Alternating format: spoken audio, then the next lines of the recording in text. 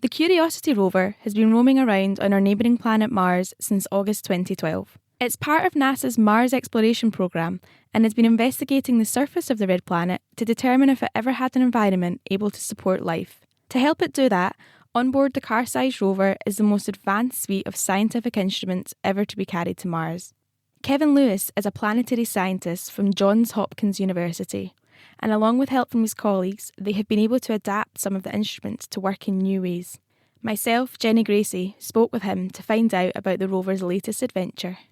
We are driving around in a crater on Mars known as Gale Crater, and we're currently exploring about a 5-kilometer high mountain, which we're driving up, known as Mount Sharp.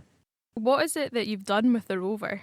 So in this study, we were able to repurpose some engineering sensors on the rover and use them to kind of hack together a new science instrument to do some science that the rover wasn't originally intended to do. What was it that you repurposed? The rover has a set of what are called accelerometers to measure accelerations on the rover, and we use these both to figure out how far we've driven and to detect the orientation of the rover, much like the accelerometers that are built into most modern smartphones. So when the rover isn't driving, it can measure the acceleration of gravity at a given location, and we can look for small changes in the gravity beneath the rover as it moves around the surface of Mars and climbs Mount Sharp to figure out the density of the rocks and the downward pull they're inducing as we drive. So you'd mentioned that we have these actually in our phones and in our devices. Yeah, so if you've ever downloaded a Level app on your phone to hang your pictures correctly, that's using the accelerometers in your phone, and it's using the accelerometers, which it has 3 of to detect X, Y, and Z directions. It's using those to detect the orientation of the phone relative to the downward pull of gravity. So the same way we have 3 accelerometers on the rover, and we can figure out how the rover's tilted based on the downward direction of gravity on those 3 sensors. What do these new measurements tell you about the surface of the crater and Mount Sharp? When I first came up with this idea, I had no idea if these engineering sensors would be precise enough to give us any sort of meaningful scientific information.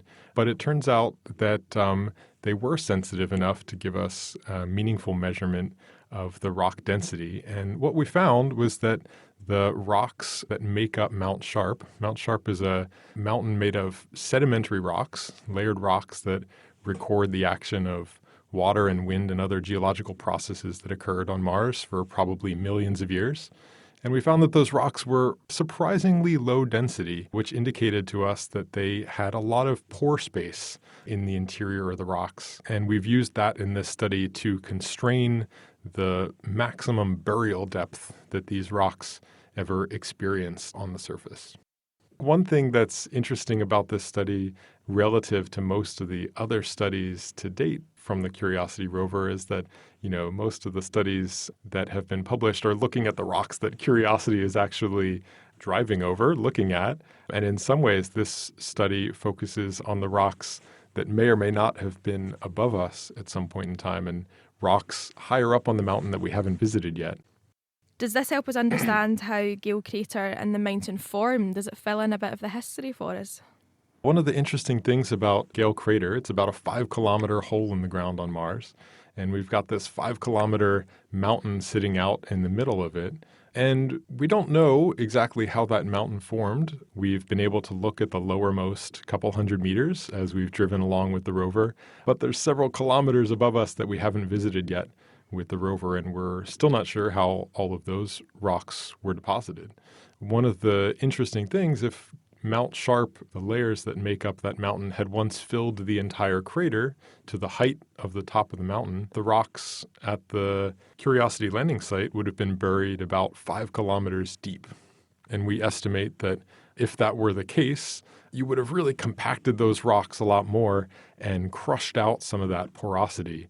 And so we infer from this study that the rocks were never buried to the full depth of Gale Crater, which is a bit surprising relative to what we normally expect. Does this impact any future research or perhaps designs of the rovers?